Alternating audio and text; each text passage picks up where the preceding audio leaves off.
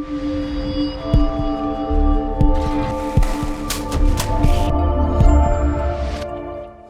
morning, everybody. Hope everybody is well. We're going to get underway. My name is Bil Apker. I head up sales for MNC, and I will get around the horn here, and we'll all introduce ourselves. James, you want to start? Hi, yeah, good morning, good afternoon, wherever you are. This is James Bloomfield here. I am the president of MNC Software, and I will be giving a brief intro into Mosaic, and we'll be talking how we integrate well with the Davicom equipment. And then we also have our Davicom folks here, and John, please. Okay, well, I'm John Ahern, the president of Davicom. We've been in the two-way radio and monitoring business for broadcast since the 1990s. The company's been around since 1984, actually, but our first broadcast monitoring system came out in 1993, and we've been building them and improving them ever since. So very nice to be here. Thank you. Yeah, and my name is Louis. I'm the director of sales and marketing for Davicom, and I've been working for the company for the past 4 to 5 years. I do have a bachelor's. Yeah, go ahead. 5 years. 5 years. Oh, way up. Thank you, John. You just promoted. So it's been 5 years working for the company, and I had a lot of fun recommending our products, so our remote site management systems. And I do have a bachelor's degree in electrical engineering. I'm going to pass this along to Alan. Hi, my name's Alan Brown from Radica Broadcast in the UK. I sell and install transmission systems and specializing in remote control. I've been working with Davicom since 1999 when I met them at NAB in Las Vegas. And I've been working with MNC probably for about 5 or 6 years, integrating both Davicom and MNC software together. Very good. Well, we really appreciate you guys joining us today. The biggest part of what we're going to do today is, kind of go through a little bit of, what Mosaic from MNC does, what Davicom does, and then how the two really integrate together and how we've really helped customers around the world, really monitor from remote places all the way to the inside of their own facilities. So if you have any questions, you can put them right there in the chat, and we'll get to those as we go along. So first up, I think we'll just kind of cover, what Mosaic is by MNC and kind of what it covers. James? Thanks, Bill. So MNC and the Mosaic product, it's a client-server architected product, which essentially gives our customers full overview end-to-end on their network. So we're hardware agnostic, we're protocol agnostic, we're vendor agnostic. We will talk any protocol to the devices, whether it's SNMP, REST, SOAP, Modbus, proprietary serial IP based protocols. And we collect all that information and we aggregate it and provide business intelligence on top of that, so that the users can really get a feel for exactly what their network's doing. As networks expand and grow, we're finding that we're getting more embedded into these systems. We're talking to, IT equipment, because as things move into the IP realm, then we're getting a lot more into the sort of, making sure all the routers are all correct and all the cross points on the routers, all of that is all set up. But our whole job is to collect all of that massive information and then present it to our users in a easily digestible fashion. And on the flip side, obviously, we can control the equipment as well. So we're not just a monitoring system, we are a control system as well. So that we can reconfigure networks, we can do service provisioning, we can control cross points, we can control failover between redundant equipment in a broadcast chain, all the way out to the antennas or the transmitters with the help of the Davicom equipment, which we're going to talk about later, where we can monitor everything that's going on at the remote sites, from environmentals to the state of the transmitter, to being able to switch exciters and all that various activities that occur at the transmitter site, we can aggregate all of that into a central location. So if you've got lots of equipment at different geographical locations, we can pull all that in and provide our customers with a single pane of glass that they can look at that really gives them a clear indication of exactly the health of their systems, what's going on, and provide them with value add. Obviously, we have automation built into the software as well, and I know John and Louis will be talking about this as well from the RTU side. But we can also automatically react to changing conditions in the network. And what that really means for our end customers is that we can detect outages, whether it's video black, audio, silence, whatever it may be in the broadcast stream, and react to that automatically and fail over that piece of equipment, reconfigure. If it's a pooled encoder system, we can bring another encoder online, load up the profile, and get that service back on air as quickly as possible. So ultimately, what that means is that's reducing their downtime on their services, and obviously that equals revenue, and therefore, so it's a fairly simple ROI equation for our customers to see. If I can save, a minute or two of being off air, that equates to, X amount of dollars, and that's where where the value add is through being able to, advise them and be able to allow them to get back on air as quickly as possible. So that's what we do in a nutshell. Just a quick rundown of the company. I mean, we've been in business since 2008, so not quite as long as Davicom. We're based in San Diego, California, although I'm right here in the UK right now.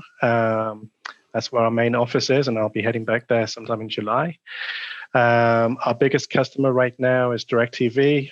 For DirecTV, we monitor 450,000. That's right, 450,000 pieces of equipment across the continental US.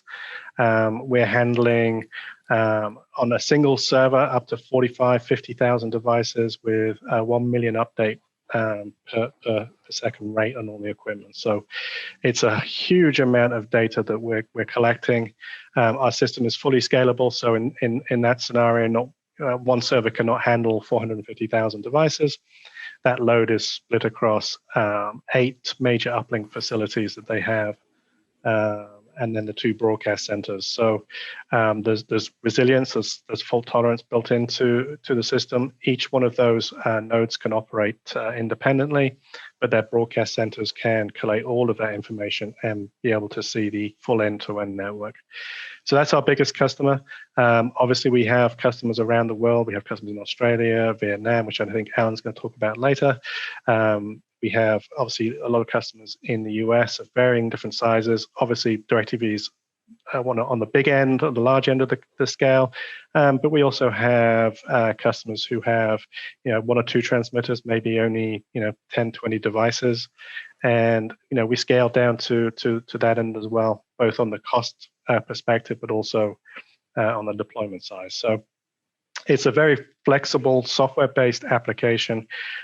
We also have recently put a lot of investment. So I know our next webinar, and I don't want to spoil things too much here, but we have a webinar in a month's time when we talk about the features of Mosaic 10.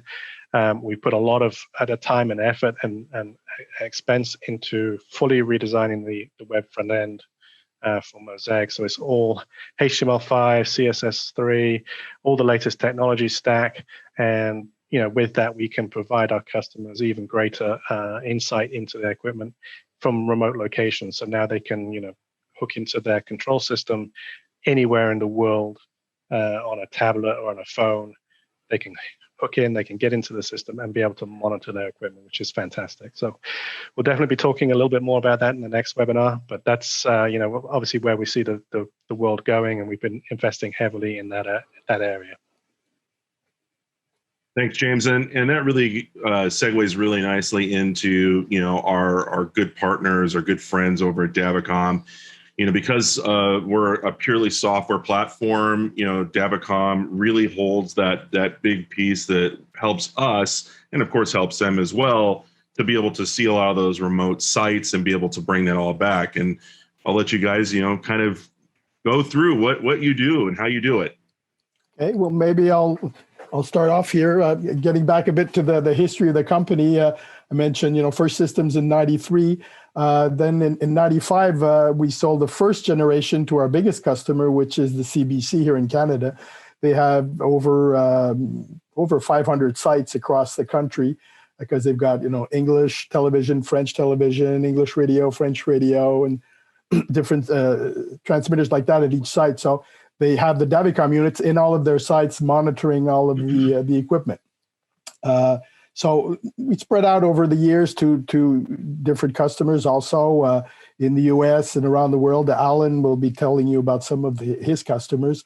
But the equipment at the sites is a node of I like to use the word edge computer. Okay, so James mentioned the Mosaic can connect to the remote sites and control things, but if you lose communication with your remote site at a certain point, well, it's good to have a smart box at the site that can do some stuff for you there. So we spent lots of time since the beginning of our first generations of products, making sure that our box was intelligent and it could interface with different other protocols. So like James mentioned, SNMP and Modbus, well, those are some of the protocols that we use. They're open protocols. We don't use any proprietary protocols. So that's the key that allows us to connect to Mosaic and have Mosaic collect the data from our units that the customers have in the field. One other key point, James mentioned, the units, the Mosaic can connect the units, the small setups with 1 or 2 sites, but we like to recommend Mosaic for our customers that have very large networks. So if they've got hundreds or dozens and dozens of sites, well, Mosaic is very well designed to collect the information from these large networks of sites and to bring it in and to allow the users to get an overall view of what their network is doing. So we, like I said, been working on this for 30 years, and we've got our third generation of product that just came out, the Cortex. Louis Charles will be talking a bit about that, giving you some information on that and how he's used these. He was actually introduced to the product when he joined the company, so he was a big part of the launch of that. So I'll let him continue and explain what the Cortex can do. Yeah, well, thank you, John. And yeah, exactly. To do a bit of this story, when I first joined Comlab, that was a last thing I had to do to obtain my bachelor's degree in electrical and engineering. It was to do my internship. So John gave me the opportunity to do my internship as a broadcast engineer in Toronto, Canada. So we were a team of 4 people looking after 12 transmitter sites and 3 studios. And that was one hell of an internship. For broadcast technicians and the engineers here, really hats off to you guys. This is not an easy job. And for the few RF engineers who look after repeater sites, I mean, it's all the same thing. I recall waking up at night, trying to debug intermittent problems, working really hard under pressure. And I remember the first time I saw a studio for the first time, and I was amazed by how many equipment it was required to get the signal to that transmitter site. And when I got to that transmitter site, I was also completely amazed to see, once again, how many equipment it takes to get that signal to the antenna. And I mean, I was amazed because also one equipment is really dependent from each other. And you really have to manage main and backup. And that was on that day where I really realized how important it is to have a remote control that is powerful enough, versatile and flexible enough to work in every environment. So when I get back to the goal of my internship, it was to get familiar with the Davicom system. And I did a lot of optimization on the workspace, because I think that nowadays workspace are really important, because it tells a lot to the user, especially because of employee rotation. You may have a new employee who comes in and tries to use your monitoring system. And if it's not really well represented properly, he may take a lot of time to try to debug actually what the monitoring system is before it gets to the problem itself. I did a lot of configuration enhancement, especially following bugs, because I think everybody here and I actually experienced a bug, and we cannot really, think about all the bugs that, or the problems that may happen at the remote site or during the lifetime of a remote site. So by having a flexible system, at least you can add new monitoring points or new control points to try to overcome that type of issue when you find out what caused the issue. And you can then create maybe the automation to overcome that issue automatically. So that is really the purpose of the Davicom system. So when I got back to the office and shared my experience with the old team, we fine-tuned the ongoing project. That was the Cortex series that has been officially unveiled in 2018. And I think we now have on the market a modern and completely autonomous web-based RTU that is compatible with SNMP, Modbus. We are compatible, of course, with GPIO, so you can connect analog inputs, status inputs, and relays to that box. And you can make that possible and communicate with a higher level software.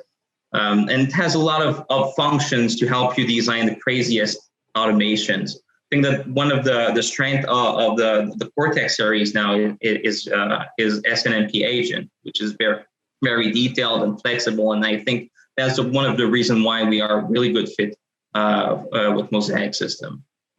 So I think that a lot of people here are either techs or engineers who look after remote sites. And one of the big reasons I love to do what I do is that I feel like we as Davicom are really contributing to help you make your job easier. So I'm going to pass this along to Alan. So if you want to share some experience that you did. Thank you, Charles. Yeah, I've just got a few examples. I'm just going to show you 3 sites we put in which had their own unique difficulties. While all these guys all sit back in their office in their comfortable chairs and program from there, they send me out to do the installations, which I've got to say I absolutely love, and I have missed over the last 15, 16 months not being able to go out and do them. I've got a few things lined up. But obviously, you better dust off those bags, Alan.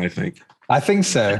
I'm looking forward to getting out to a transmitter sites again. Am I able to share my screen, James? Because it says it's disabled. Yes, you can now. Sorry about that. So I think that's one of the interesting things, Alan, that you talk about is you're having to go out and install the Cortex series in physical places. And while you're doing all that, that's all has to come back to somebody at some point in time. Yeah, well, I'll show you a perfect example of how a Davicom engineer compares to a Mosaic engineer in a little while, one of the photographs. This is the Philippines, and I think my theme is climbing up steps because it was about 35 degrees and 90% humidity. And everything we had to be carried up, including UPSs and all of the equipment. The site was already there, but there are guys who are, for a small fee, will actually carry the equipment for you. So, yeah, a lot of steps, all uneven. Halfway up, we were overtaken by a group of school kids who were just going home for their lunch. They go up and down twice a day up this hill, and they scooted past us at a great speed, but we were flagging in the heat. It wasn't just me, everybody was flagging as well. A pretty simple installation. It was TV. It had to be worked on at night, so we went up late in the afternoon. I'm not going to show pictures of the racks and things for obvious reasons. But we had to stay up there. But one of the things we do is to empower the local engineers. We teach them how to do the installation. So there you can see there's a group of engineers, great guys, really enthusiastic, very highly educated there in the Philippines. I think that was a really nice fish supper they cooked on a barbecue for me. And we do the installations together for 2 or 3 sites in the group, and then they go on to do them themselves, obviously with support from us back here, either by email or by TeamViewer or something like that. And that's where we had to stay overnight. But the transmitter could only be switched off at 3 o'clock in the morning, so we had to do the work then. I did do one of the transmitter. There we go. Another installation. This was really interesting. Love this one. In Oman, you could only get there by military helicopter. Now you imagine something goes wrong there. It's $2,500 to get up to the site every time you have to call out this helicopter. So you can imagine how the remote control system was useful. There's the transmitter site right on top of a hill. Can't remember how tall it was, how high it was. When the helicopter lands, we had to carry it over to these. I just got a little bit of footage actually, which can you see this? Yes. Can you? Yeah. That seems safe. I don't know whether I put the sound on, whether you can hear that as well. No, we can't. Well, it's a helicopter sound. It's only the video that you can see. But it was a great experience going up there, and Wow. This guy looks out to make sure that we don't crash into the poles as we go up there. And yeah, when coming back down, I had to finish up quickly. I was, you never finish in time, do you? And the helicopter was waiting for me, and we had to go down. But the other interesting thing about this site is it had GPRS, and that's all the connectivity we had. So now if you can remember back to WAP days, what GPRS is like, it's pretty damn slow, and no browsers would work over it, so you couldn't get into the transmitter remote controls. You had to use the Davicom, and the advantage of the Davicom is that it gathers all the information from all of the equipment on the site and condenses it down. So whether it's talking to the Mosaic software or the Davlink software that Davicom provide, it's only transferring a very small bit of information between the two. And therefore, the speeds of less than 24 kilobits per second that we were getting on this GPRS line was enough for people to be able to see what was happening at the site, even though you couldn't even open the browser to the transmitter. So, definitely that is probably one of the remotest sites and one of the one that has benefited most from actually having a Davicom actually at the site. And you can see everything was taken up by nets, etc. So on the theme of steps, this one's at Vietnam. And again, that's not me carrying the stuff. We hired some locals to do it who used to keep climbing up. It was a very, very long way, 3,000 steps, again in high temperature and humidity. I put this one in. This is Vietnamese health and safety, testing the smoke alarm. So he's actually sitting on top of the transmitter, having a fag to make sure that the smoke detector went off, which it did. So he enjoyed his cigarette up there. Now this is the installation in Vietnam. Obviously, you can see from the map, and they had a wall of 6 televisions, 6 big 50-inch screens. We had some CCTV. We had some recording software. We have a map, and again, as I said before, we put in 2, 3, 4 sites and empower the local engineers to do it themselves. This is only 3 sites here, and each site had diagrams to show what's happening at the site. This is the Mosaic engineer sitting at his nice desk while I was climbing 3,000 steps. We had a great time. We got on really well, and it was in Hanoi, which is a lovely city. So we managed to get a few beers in the evenings. I think I think that's a good point, Alan. I think I can have James, jump in here a little bit and talk about this picture. And, not every site has a T1 connection or high-speed connection to it, James. So, what is the benefits of Mosaic in these situations? Yeah, certainly. I mean, just to fill in that, Joel is actually on the call, so he's probably sitting back in San Diego laughing about that photo right there. Good job. I was nice about him. Exactly. I was wondering what you're going to say. No, back to the sort of bandwidth issue, and Alan's touched on it already. I mean, some of these sites are in incredibly remote areas, and the Davlink software is able to pull that information back, but through the mechanisms that John and his team have put into the Cortex and the Davicoms themselves, Mosaic can be incredibly efficient when talking across low bandwidth connections. And I can't remember the numbers, but I did some analysis about 6 months ago on this. And we can work down to probably about a 2K link and still be able to provide useful, usable, actionable information to the users across those kinds of speeds. And the reason we can do that is a combination of Mosaic and the Davicom system. So inside Mosaic, we have something called conditional polling. So we can change our poll rate and dynamically ask for more information or less information depending on the state of the system. So what we're able to do is the Davicom has high-level status flags that say whether it's got a new alarm, whether it's critical or major or minor, and we're able to pull just those tiny bits of information. And across SNMP, it really is, you're talking about a matter of bytes, not kilobits, which we'd normally talk about.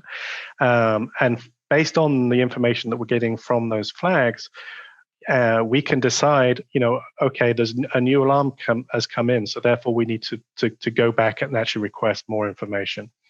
And by being selective and being able to tailor the polling based on the information that's coming back from these high-level status parameters, we can, as I say, get down to incredible low bandwidth connections and still be able to provide the end users with useful information. And that I know that Davlink can do that as well. So it's not unique to us, but in terms of being able to do that and the integration that we have across the two products really facilitates that and allows us to work well in those environments. Maybe I could add something here. My engineers here have sometimes likened that to communicating with a rover on Mars over a low bandwidth link. When they've connected to a site that's way out, far away in the middle of the Indian Ocean, and they've been able to pull the information over a very slow satellite link or something, they get the feeling that, hey, we've done it, we've done this, and we've been able to communicate with a unit that's half a planet away. So that's impressive. And so, Louis, what types of products are you touching in these remote sites? What can you touch on these remote sites? Well, it can be a lot of products as long as it's compatible with SNMP, Modbus, or it has GPIOs on it. You can connect it to the box. So that the Cortex series is actually a data aggregator that can be then forwarded to MNC Software. And depending on your monitoring strategy there, and exactly as what we said, so you can choose if you want to only send traps to the MNC software, or if you want to have the Mosaic software who polls, which polls directly everything from the Cortex. So it's really flexible. I think we both Mosaic and the Cortex can be as flexible as matching every type of strategy you may have. Maybe some examples. Either at the remote location site or at the NOC center. And so, James, I just wanted to say maybe some examples, air conditioning, dehydrators, pumps. It does, and it's not only broadcast related. We have customers using these to control sewage pumps. There's all sorts of applications there. The systems are so flexible that they can be used for practically anything. And I think that's a great point, John, is that, when you're talking about engineers at television stations, like we talked about in our last webinar, they're responsible for everything that has power to it and then some. And it really becomes really helpful when you have, a Cortex in the end that can touch those products that may not necessarily have an interface or be able to have it or never imagine having an interface. And so that, you're collecting all that data, bringing it back into Mosaic, which is logging it all, being able to control it in the end and being able to push it back out. It really adds another hand to that engineer so that he can actually get his job done. Isn't that right, James? Well, just talking about that example, because Dave Stewart was talking about that in the last webinar. They had equipment that had no physical output on it. There was not even a dry contact. There was nothing, but it did have a light that came on if there was an alarm on the box. So, being the engineer that he is, he just went and got a quick photo sensor, slapped it to the front, taped it to the front of the unit, and then plugged it into an input on the Cortex unit. Suddenly he's got status.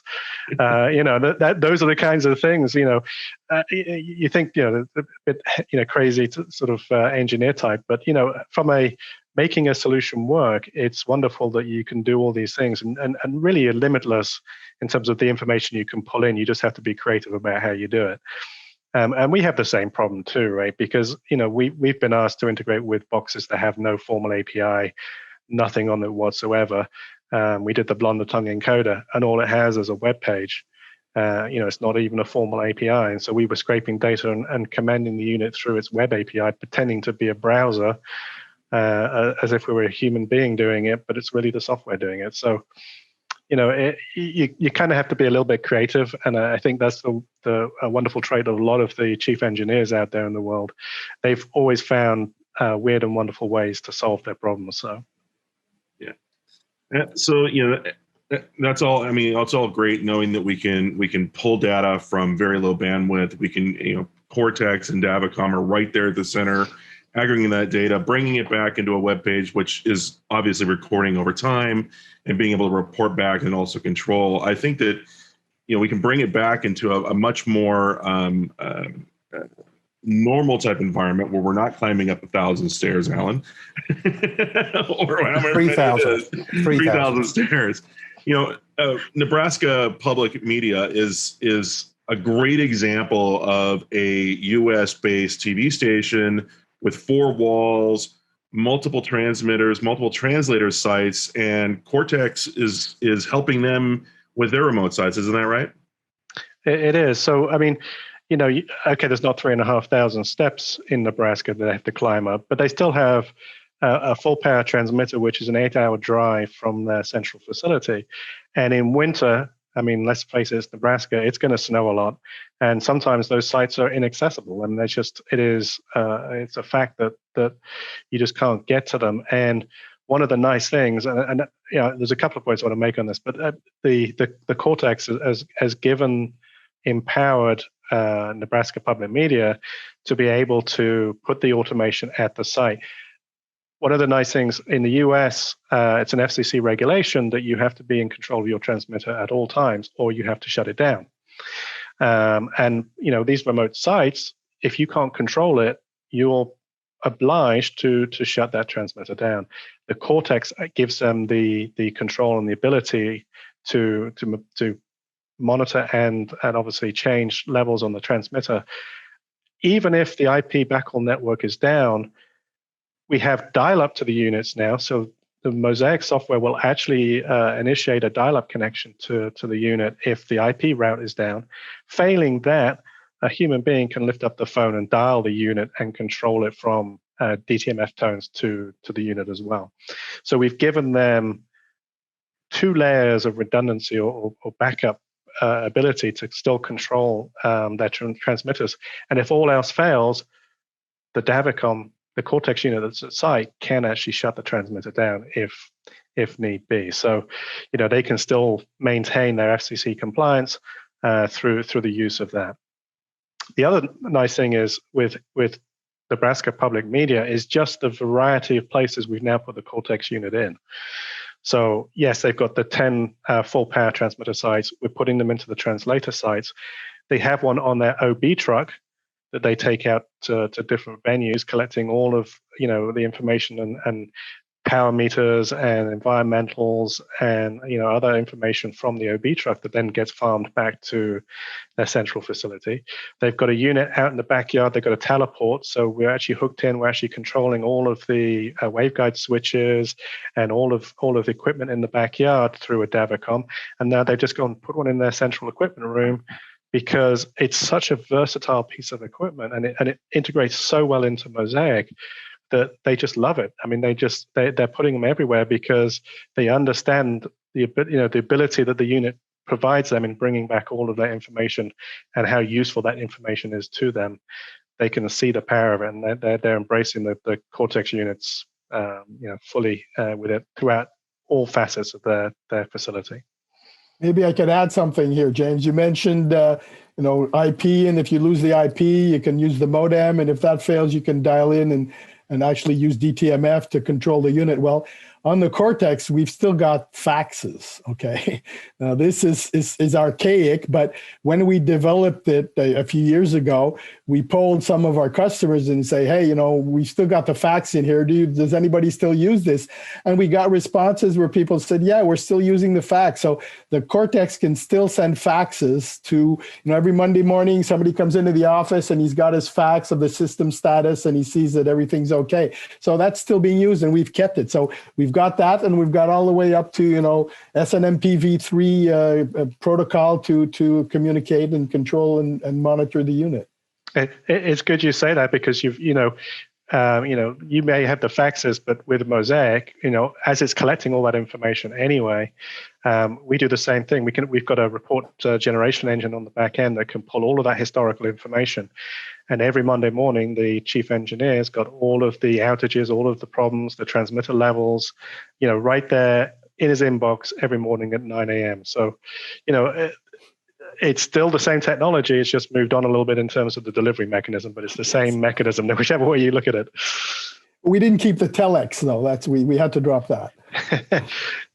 And if I can add something, so you can even use the Cortex to send you audio transmission. So that can be even your last, the last thing you may want to do, even with the fax. So you can use a local radio at the site to transmit an alarm vocally. So you can program that, because you have an autonomous machine at the site that can do decision, even if it's disconnected from the NOC. So you can make that happen directly on the Cortex and make that audio call on the radio network. Yeah, so instead of calling on the phone, the unit will key up a two-way radio, and it will say the alarm out over the radio. So if you've got a receiver, down at the bottom of the mountain or downtown or whatever, you can receive the audio message there. Even if you've lost the phone line, the unit can still, ET phone home, but use a radio. Well, I think that's such a good point, is that, these systems become so complicated over time. Well, they haven't become so complicated. They've always been very complicated. And I think that was one of the more interesting things. I was giving a presentation last week to television engineers and kind of go into the history. And I love to tell a little bit about this, because as everybody here knows, TV started with boxes and racks and little blinking lights. Yes, we can obviously hit those little blinking lights and be able to bring all that stuff back. But because of a lot of technology growing over the years, and not only from SNMP, but all the way through to what we've got now, which is APIs and all that other stuff, it really makes sense to be able to have that hardware, Cortex on the end, to be able to aggregate all that stuff, bring it back into some kind of, software like Mosaic that really brings it all together and brings everything under one umbrella, so that every piece of that gear is being simplified down to, buttons, as you can see back here, little red and green buttons on a screen to say good or bad. I think that's the beauty about how we work so well together and how seamless we really are, because without the two companies working in conjunction, you'd never get that type of green light good, red light bad status.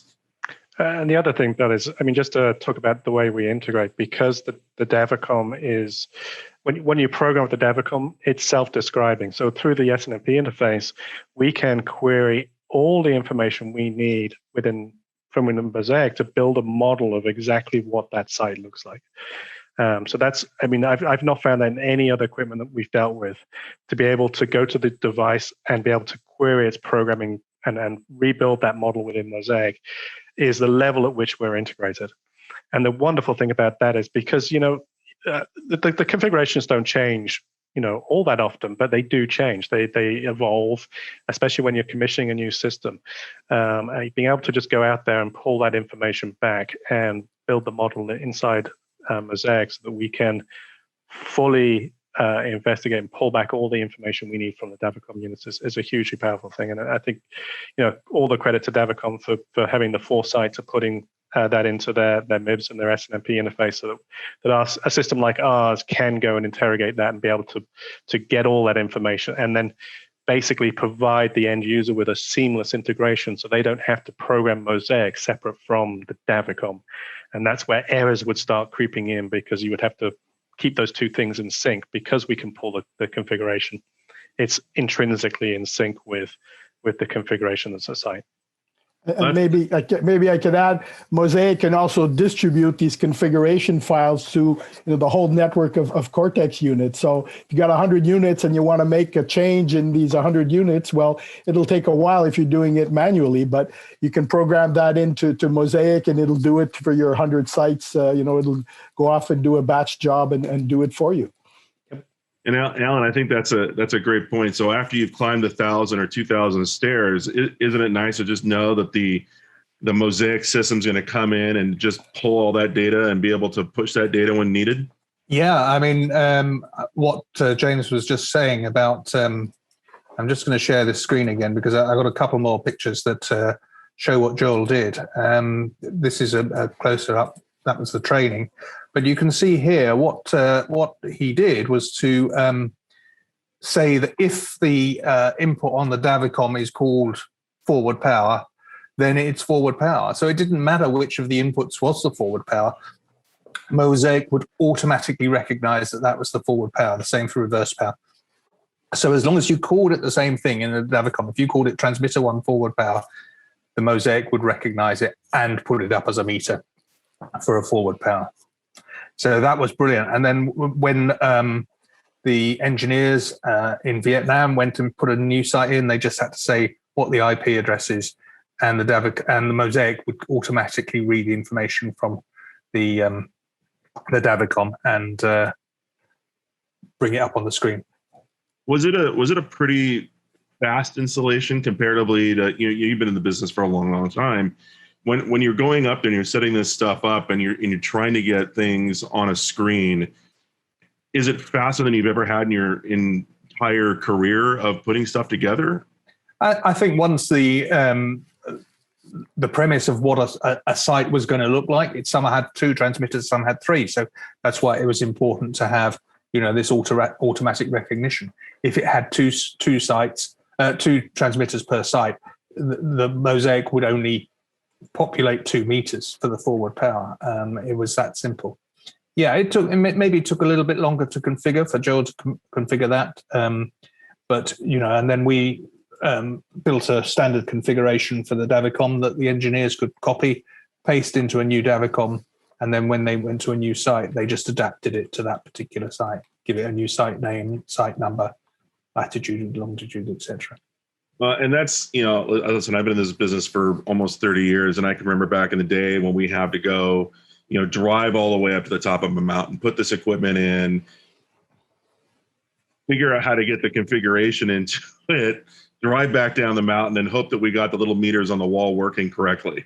And if we didn't, turn around and go back up and do it all over again. And, that's time consuming. Obviously, it takes personnel to do that. There's risk involved in a lot of cases, maybe not flying in a helicopter to the top of a mountain, but there is definitely risk involved. So it seems to me that having the 2 pieces on both ends saves a ton of money in the long run. I mean, I can't imagine how quickly the ROI starts to show itself. We've had customers, they've paid for the unit in 1 helicopter trip. Well, that's pretty good, knowing it's pretty expensive. If anybody has any questions, please, put them in the chat. We're happy to answer. James, let's talk about a little bit about reporting right now, because, we mentioned a little bit about automatic reporting and then ad hoc reporting. I think it's really important, especially for engineers, to get automatic reporting like we've had customers tell us in the past, that every morning they have a report that comes in and what broke overnight. What depth of reporting can we do with the Davicom system? Well, I mean, it's almost limitless, because we are collecting all of the information off all of the inputs and the various different data points that are coming in from the Cortex, and those data points are being archived. And the amount of data that we store is down to a customer and the size of their disk array. But typically we're keeping 3-4 months worth of data online. We have a statistical archive too, which is a highly compressed archive that you can do trend analysis from, year-on-year trend analysis, things like that. That we don't age out at all. So that information is kept for the entirety of the project.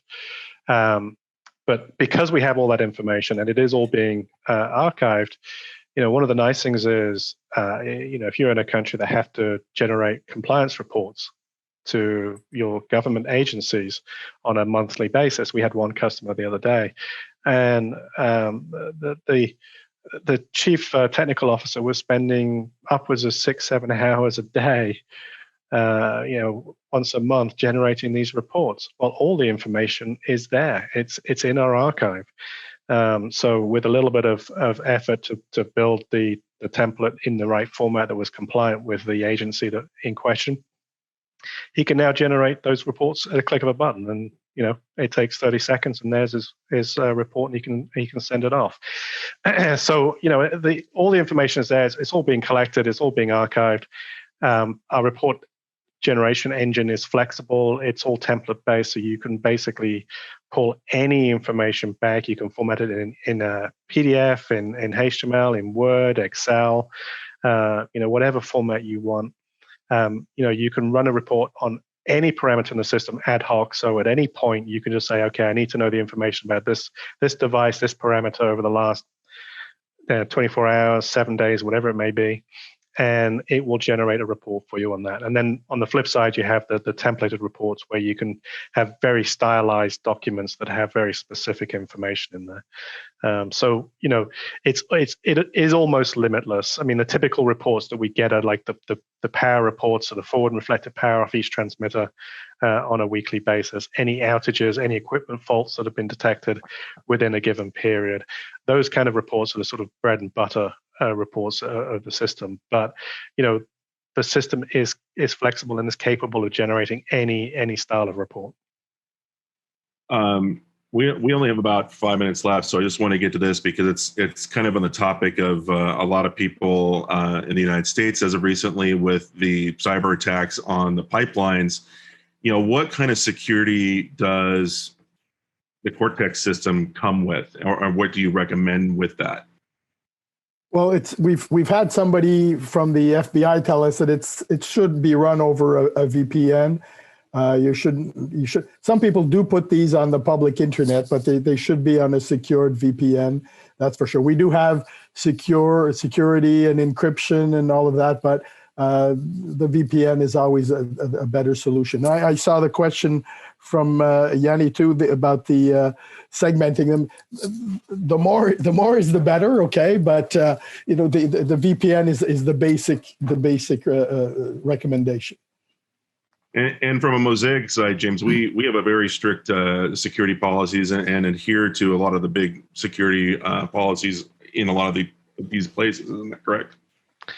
Yeah, I mean, we typically run in secure environments anyway, but we still have to conform to ISO security information management standards, and a lot of customers put in a lot of requirements around security, especially given, as you say, the cyber attacks that have hit some major companies in the last few months. I mean, obviously, if we run in the cloud, which we are capable of doing, we recommend having VPCs, so virtual private networks that are connections back to your secure network, so that you're not sending all that device information and other sensitive information across the public internet unencrypted. I know a lot of times, if we're dealing with remote sites, and I know Alan can speak to this, having a VPN has two purposes too. I mean, if you're running across a 3G connection, you're not going to have a standardized IP scheme that you're going to get from the 3G provider. Layering on top the VPN also gives you that IP scheme, so you know exactly what the endpoint is going to be and how to talk to those devices as well. So it's good practice always having a VPN in the mix. On the website, everything now is HTTPS, so it's all TLS secured, certificate based. I know that the Cortex, its web interface is fully compliant with that, as is the Mosaic's interface. And another thing that we do, obviously, around security is our web server is on the edge node of the network. So it is separate from the main Mosaic server, which is doing all the heavy lifting. And it is a very controlled connection back to the central server. So even if that edge node gets attacked, it's not opening up the rest of the network to those kind of cyber attacks. So, it's obviously a very sensitive subject, and it's something that we continue to develop and iterate on to make sure that we're current with all of the latest standards. We have to subject our software to penetration tests and other security audits on a regular basis. So, it's something that we are cognizant of, and making sure that our software is up to the best and latest standards to make sure that we're not the one that is the hole in the network that gets the attackers into the system. Excellent. That's really great. We only have a couple more minutes left, so I just want to get a really quick question in, and we'll get to all of your questions either by email after the webinar. But one of them was, can Mosaic create transmitter weekly logs and EAS logs as well? Yeah, we actually do that for Nebraska Public Media. So we are pulling all of the information from the EAS systems and also the transmitter logs. So we are pulling those and actually generating reports based on that. Excellent. Listen, guys, we're hitting the top of the hour. I'd like to, you guys from Davicom, do you want to any final words? I would just like to say hi to the guys in South Africa who are watching, and we're just about to embark on a big project with them, with both Mosaic and Davicoms. So thanks for joining, guys, there. We look forward to working with you. Everybody else, we'll have another webinar with Mosaic coming up on the 22nd of July. We'll also see you at NAB, the first major show in a year and a half. We're not going, I have to say that. Okay, so don't come to NAB if you're looking for Davicom. We've decided to skip this year. We'll be there in spring 22. Well, if you're not going to be there, John, just going to extend the offer that if you want to send some equipment, we'll happily put it on our booth and show it off to all your customers. Awesome. Great, we'll do that. Yeah, go ahead, Jim. Sorry, Bill. Just one more thing. I see there's still some questions coming in. Obviously, we're running out of time here. We will collect those questions, and we'll definitely try and email everybody back with answers to those questions. Obviously, if you think of anything after the webinar, feel free to reach out. I think Debbie's been posting all of our contact information in the chat. So obviously, feel free to email us, and we would love to answer your questions and take the discussions to the next stage. Absolutely. And you can also, we'll have the webinar replay. Hopefully I can get it done by early next week so everybody can go back and see it. If you would like our YouTube channel, MNC is in our, I've linked it on a LinkedIn page, but there's a bunch of clips there and past webinars you can go in and look at and have, this is where you'll find this webinar as well. And we really thank you and appreciate all your time today and coming on and sitting with us. Thank you. It's very pleasant. Yeah, thank you. Thank you. Thank you all. Cheers, everybody. Have a great day. Cheers. Bye-bye. Bye.